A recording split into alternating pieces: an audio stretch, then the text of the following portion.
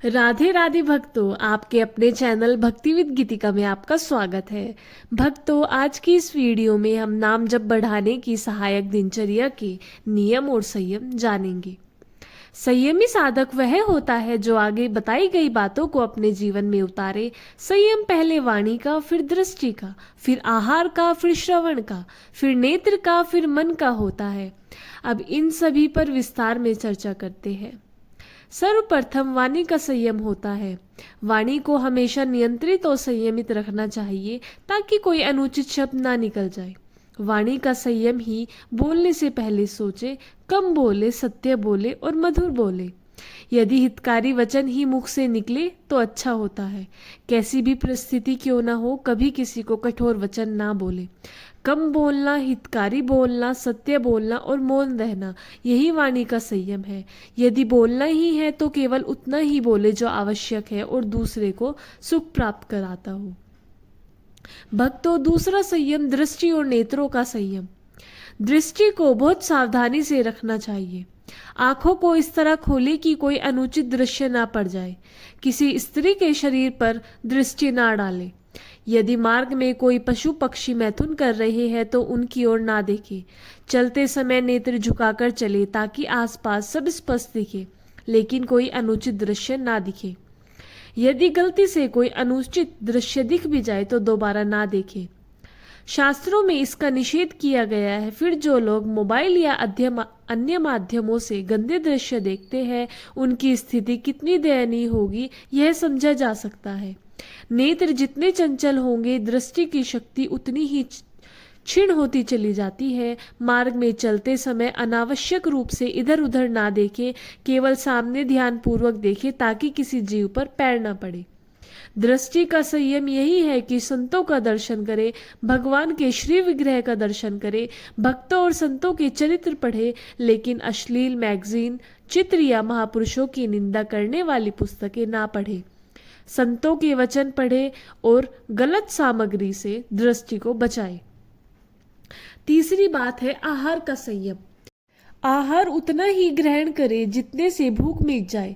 भूख तो समाप्त हो जाएगी, लेकिन स्वाद के मोह में अधिक भोजन करना भजन के लिए बाधक है। स्वाद की इच्छा बढ़ने से मन चंचल होता है, इसलिए अधिक स्वादिष्ट भोजन ना करें। रूखा सूखा भोजन ग्रहण करें। शुद्ध जल पिए और प्राय स्वादिष्ट भोजन की लालसा ना करें।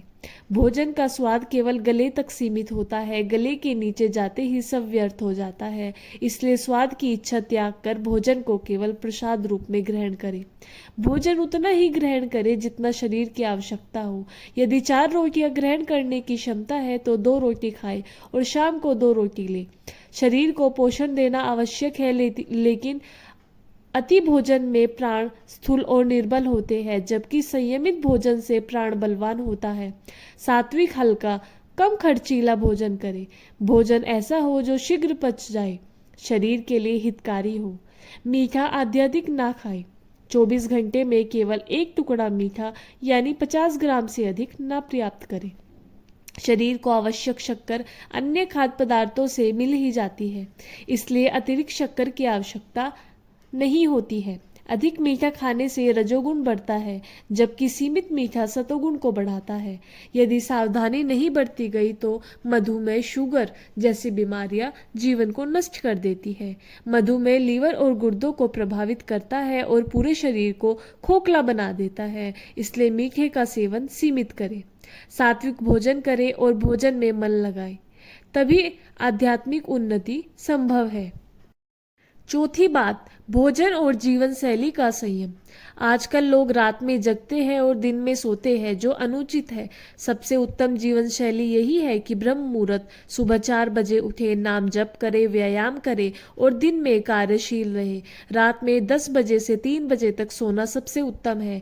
जो लोग रात में जगकर नशा, व्यभिचार करते हैं या अन्य अनैतिक कार्यों में समय नष्ट करते हैं, वे अपना जीवन बर्बाद कर देते हैं। मनुष्य जीवन अत्यंत मूल्यवान है और इसे नाम जप में लगाकर लोक परलोक को संवारना चाहिए।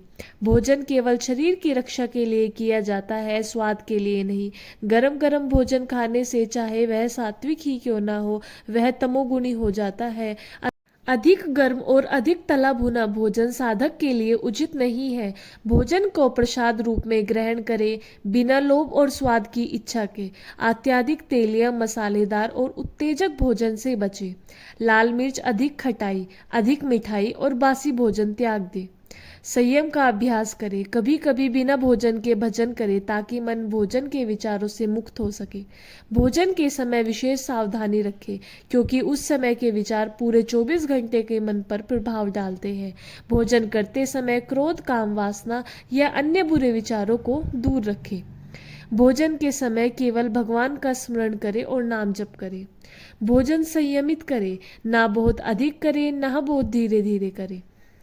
भोजन में 15 से 20 मिनट का समय पर्याप्त है। एक एक कोर धीरे धीरे खाने की आदत डालें, इससे कम भोजन में ही शरीर संतुष्ट हो जाएगा और ऊर्जा बनी रहेगी। भक्तों, 5वां पॉइंट है नींद और संतुलित आहार। नींद और भोजन दोनों को ही अत्यधिक कम भी किया जा सकता है और अत्यधिक बढ़ाया भी जा सकता है।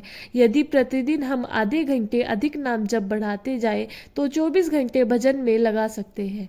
यदि प्रतिदिन 5 से 10 मिनट अधिक सोते जाए तो 24 घंटे भी सोने की आदत पड़ सकती है। साधकों के लिए भोजन का नियम है कि वे दिन में 2 या 3 बार भोजन करें। दिन भर बार बार खाने की आदत साधक के लिए उचित नहीं है। भोजन हमेशा पवित्र विचारों और नाम जप के साथ ही शरीर को मिलना चाहिए और वही लाभकारी होता है। छठा पॉइंट है केवल प्रसाद ही ग्रहण करें। भगवान को भोग लगाए बिना कभी भी भोजन ग्रहण ना करें। केवल वही प्रसाद पाए जो भगवान को अर्पित किया गया है। पूज्य पंडित गया प्रसाद जी महाराज कहते हैं, भगवान को भोग लगाए बिना कभी भोजन मत पाना। यदि भोग लगाया गया हो तो उसे ठाकुर जी का प्रसाद मानो। यदि ऐसी स्थिति हो कि ठाकुर जी की सेवा संभव ना हो तो कम से कम आंखें बंद करके भगवान को स्मरण करो, भोजन अर्पित करो और फिर उसे प्रसाद रूप में ग्रहण करो। भक्तों, 7वीं बात है ना निंदा करे ना निंदा सुने।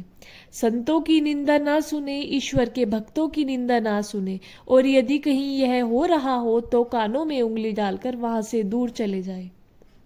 8वीं बात है अपनी प्रशंसा ना सुने ना ही करे। यदि कोई तुम्हारी प्रशंसा करे तो उसे विनम्रता से टाल दो, अन्यथा यह अहंकार को जन्म देगा और तुम्हारी भक्ति बंधित हो जाएगी। शुद्ध आहार, शुद्ध वाणी, शुद्ध दृष्टि और शुद्ध श्रवण से ही आध्यात्मिक उन्नति संभव है।